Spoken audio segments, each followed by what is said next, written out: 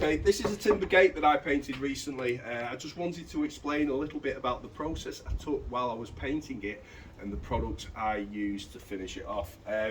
These are about 4 years old. I think the joiners treated the wood with something when they installed it, but probably only gave it one coat. Painted this side. My client wanted a natural finish on the other side. So this side, because I wasn't sure what was already on the timber and I wanted to stop tannins from coming through, I used an oil-based primer as a barrier coat. The primer that I used was Cover Stain by Zinsser. Absolutely fantastic. 4 hours drying time. You dilute it slightly with white spirit for any porous surfaces like this. So I gave it a good coat of that. Then I filled any of the holes with HB42 exterior wood filler, probably the best standard wood filler on the market.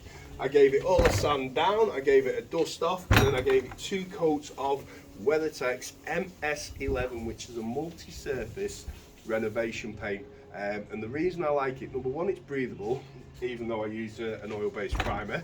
The other thing as well, unlike other water-based products of its type, you don't get sort of horrible brush marks with it. And I know using a quality product like that, it's always going to last. Let me show you the other side. So this is, like I say, my client wanted the natural look on the other side.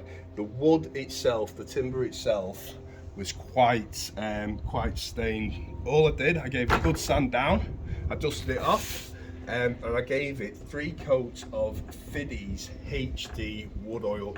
It's a product that seems to last a lot better than other HD wood oils on the market.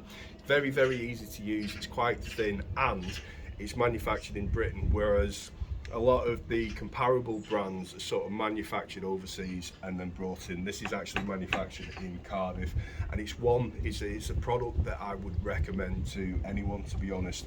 As you can see, it doesn't change the colour of the timber too much at all, but what it does do is it brings out the grain. One little tip, by the way, if ever you are painting a fence like this, make sure you get the top edge, because what that'll do is it'll seal it, so when the top edge gets wet, the water isn't going to track into the timber and throw your product off. And that's it, that's my gate, that's the process I use and the materials I like.